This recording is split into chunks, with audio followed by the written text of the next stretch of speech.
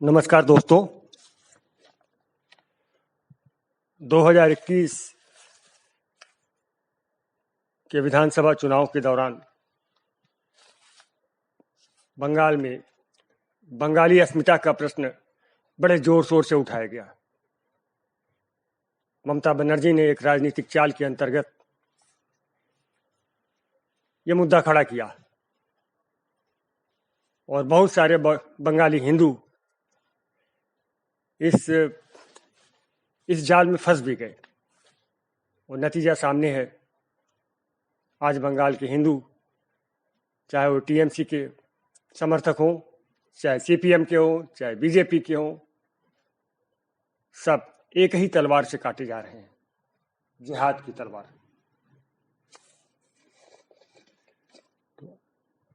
आज हम इस पे बात करेंगे कि आखिर ये बंगाली अस्मिता चीज क्या है, और ये सवाल खड़ा करने का मतलब क्या है, और इसे अगर नहीं समझा गया तो नतीजे क्या हो सकते हैं। दोस्तों, बंगाली अस्मिता, मलयाली अस्मिता, कन्नड़ अस्मिता, तमिल अस्मिता, उड़िया अस्मिता, असमिया अस्मिता, ऐसी ढेर सारी अस्मिताएं हमारे यहाँ जानबूझकर समय समय पर खड़ी की जाती रही हैं। मतलब क्या है? मतलब ये है कि बंगाल का मानुष, बांग्ला मानुष एक पृथक आइडेंटिटी है, एक पृथक उसका भारत से, बाकी भारत से कोई मतलब नहीं है। वो एक पृथक संस्कृति है, एक पृथक विचार है, उसकी एक अपनी अलग पहचान है, वो अलग है बात। तो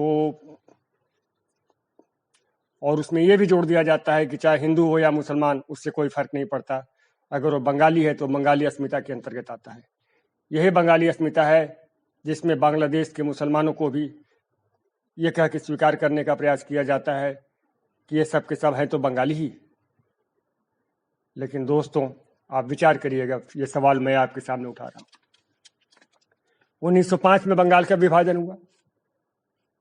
करने वाले अंग्रेज थे, लेकिन मांग करने वाले मुसलमान थे। कौन से मुसलमान? पूर्वी बंगाल के मुसलमान, जहां वो बहुमत में थे। वो चाहते थे कि उनका अपना अलग राज्य हो, जिसमें वो बहुमत में रहें और जिसमें अपने हिसाब से वो कानून लागू कर सके, अपने हिसाब से हुकूमत कर सके, अपने हिसाब से जैसे चाहे चला सके। तो अगर बंगाली अस्मिता थी तो बंगाल को बांटने की क्या जरूरत थी? पूरा बंगाल एक रहना चाहिए था। हिंदू मुसलमान से क्या फर्क पड़ता? यह अलग बात है कि बंगाल के हिंदुओं ने इसका विरोध किया और 6 साल बाद इस विभाजन को रद्द करना पड़ा। लेकिन बात यहीं पर रुकी तो नहीं। 1946 डायरेक्ट एक्शन डे, ये क्यों हुआ? बंगाल के मुसलमानों ने बंगाल के हिंदुओं को काटना शुरू कर दिया, उनकी औरतों को उठाना शुरू कर दिया। दोनों बंगाली थे ना। अगर बंगाली अस्मिता कोई चीज थी तो बंगाल के मुसलमानों ने बंगाल के हिंदुओं को क्यों मारा? 1947 भारत का विभाजन होता है और उसके अंतर्गत बंगाल का भी विभाजन होता है, पश्चिम बंगाल और पूर्वी बंगाल। क्यों यह विभाजन हुआ? यह विभाजन क्यों हुआ? बंगाली अस्मिता थी तो बंगाल को एक रहना चाहिए था ना। यह विभाजन क्यों हुआ? और केवल विभाजन ही नहीं हुआ, विभाजन के समय जो अत्याचार हुए, जो मारकाट हुई, जो दंगे हुए, इसके बारे में आप सब लोग जानते हैं, कुछ कहने की आवश्यकता नहीं है। ठीक है।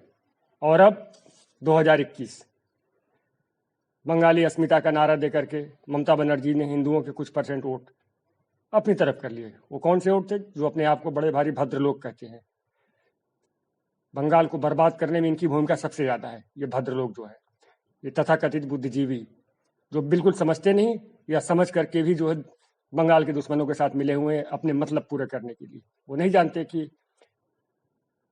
समय आने पर उन्हें भी उसी तलवार से काट दिया जाएगा जिस तरह से बाकी को काटा जाता है। उन्हें न विश्वास हो तो बांग्लादेश में हिंदुओं की दशा पर वो देख लें। जोगेंद्रनाथ मंडल इसी तरह से बंगाल के दलितों को भ्रमित करके अपने साथ लेकर के गए थे। वहां पर दलितों का जो हाल हुआ, जोगेंद्रनाथ मंडल जिस तरह से भाग के आए, जिस तरह से गुमनाम मरे, वो सब आप जानते हैं। खैर, तो ममता बनर्जी जो है बंगाली अस्मिता का हुआ खड़ा करके, का प्रश्न खड़ा करके इलेक्शन जीत तो गई, लेकिन जीतने के बाद जो हो रहा है वो आप सब लोग देख रहे हैं। अगर बंगाली अस्मिता ये कोई चीज है तो बंगाली बंगाली को क्यों मार रहा है? सीधा बात समझ में आ रहा है, बंगाली अस्मिता नहीं, हिंदू अस्मिता और मुस्लिम अस्मिता, इन दो अस्मिताओं के बीच में लड़ाई हो रही है। बंगाली अस्मिता थी तो फिर दोनों को लड़ना नहीं चाहिए था आपस में। ये पाखंड केवल बंगाल में नहीं है, पूरे भारत में किसी न किसी तरह से इसे फैलाया जा रहा है, इसे चलाया जा रहा है। बाकी राज्यों में भी ये हाल। केरल में मलयाली अस्मिता, मलयाली अस्मिता अगर कोई चीज है तो मोपला विद्रोह क्यों हुए थे? मोपलों ने वहां हिंदुओं का कत्लेआम क्यों किया था? कश्मीर में कश्मीरी संस्कृति है, अगर ऐसा है तो कश्मीर में जिहाद क्यों जिहाद हुआ? 1990 में वहां से कश्मीरी हिंदुओं को क्यों भागना पड़ा, क्यों उन्हें मारा गया? अगर कश्मीरी संस्कृति कोई चीज थी तो कहां तक आपको हम बताएं, कहां तक आपको बताएं? कहीं जातियों के नाम पर, कहीं क्षेत्र के नाम पर, कहीं भाषा के नाम पर जाट अस्मिता का प्रश्न खड़ा कर देंगे तो जातियों में कभी यादव अस्मिता का प्रश्न खड़ा कर देंगे तो कभी दलित अस्मिता का प्रश्न खड़ा कर देंगे। ये सब बड़ा भारी षड्यंत्र है। ये सब बड़ा भारी षड्यंत्र है। षड्यंत्र इस बात का कि गैर मुस्लिमों को, खास करके हिंदुओं को आपस में एक न होने दिया जाए, ये अलग अलग रहे और इन्हें एक एक करके तोड़ते रहो। भारत में ढेरों अस्मिताएं इस तरह से खड़ी कर दी गई, ढेरों अस्मिताएं, कहीं सिख अस्मिता है तो कहीं बंगाली अस्मिता है तो कहीं कोई अस्मिता है तो कहीं जातियों का अस्मिता है तो कहीं भाषाओं की अस्मिता है। भाषाओं के नाम पे आंदोलन खड़ा कर देंगे। तमिल भाषा के नाम पर हिंदी के विरोध में जो है आंदोलन कर देंगे। इसी तरह से बाकी का भी चल रहा है। ये अस्मिताओं के प्रश्न भारत को तोड़ने के लिए है, भारत की एकता के विरोध में है, ये जानबूझ करके खड़े किए गए हैं। मैं आपसे एक प्रश्न पूछता हूं, आज के बांग्लादेश और आज के पाकिस्तान में जो थोड़े बहुत हिंदू बचे हैं, उनमें ये पृथक पृथक अस्मिताएं हैं क्या? आप जाके देख के आइए, कोई पृथक अस्मिता वहां नहीं मिलेगी। वहां ठाकुर की लड़की की शादी हरिजन के लड़के से हो जाती है। क्यों हो जाती है? वो सोचता है यार कम से कम हिंदू तो है, चलो कोई मुसलमान न उठा के ले जाए। तो वो अस्मिताएं तो मिट गई ना, वो अस्मिताएं तो मिट गई ना। जातीय अस्मिता और ये अस्मिता और वो अस्मिता मिट तो गई ना। सिंधी अस्मिता, पंजाबी अस्मिता, वो अस्मिताएं कहाँ है आज? नहीं है ना वो अस्मिताएं। तो सीख लिया ना उन्होंने कि ये अस्मिताओं का प्रश्न खड़ा करना फिजूल है।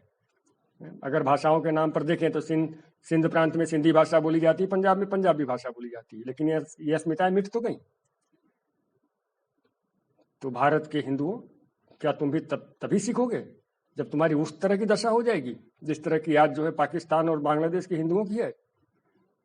ये अस्मिताओं का जो प्रश्न है, ये बहुत ही बड़ा पाखंड है।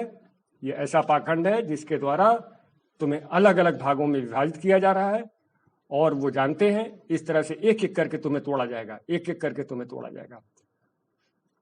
और फिर जो तुम्हारा हाल होगा तुम्हें समझ में आएगा। अभी भी समय है, चेत जाओ, हिंदू अस्मिता और भारतीय अस्मिता को धारण करो, और ये जातियों की अस्मिता, भाषाओं की अस्मिता, क्षेत्रों की अस्मिता, इनसे बाहर निकलो। ये अस्मिताएं तुम्हारी शक्ति को तोड़ने के लिए हैं। वो तो ऐसी अस्मिता नहीं रखते। मुसलमानों को तुम देखो, मुसलमान कभी मलयाली अस्मिता की बात नहीं करता, कभी बंगाली अस्मिता की बात नहीं करता। वो तो मुस्लिम ब्रदरहुड की बात करता है। वो पूरी दुनिया से अपने आप को जोड़ लेता है। और तुमको क्या कर रहे हैं? तुमको बंगाली अस्मिता तो उड़िया अस्मिता तो असमिया अस्मिता इसमें बांट दे रहे हैं और खुद को एक कर रहे हैं। खुद तो भाषाओं में नहीं उलझते।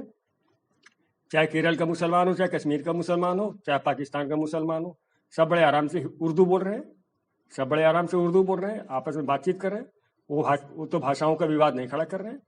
वो इस्लाम के नाम पर एक हो रहे हैं और तुम्हें जो है विभिन्न अस्मिताओं में बांट रहे हैं, और बांट करके तुम्हें तोड़ने का प्रयास कर रहे हैं।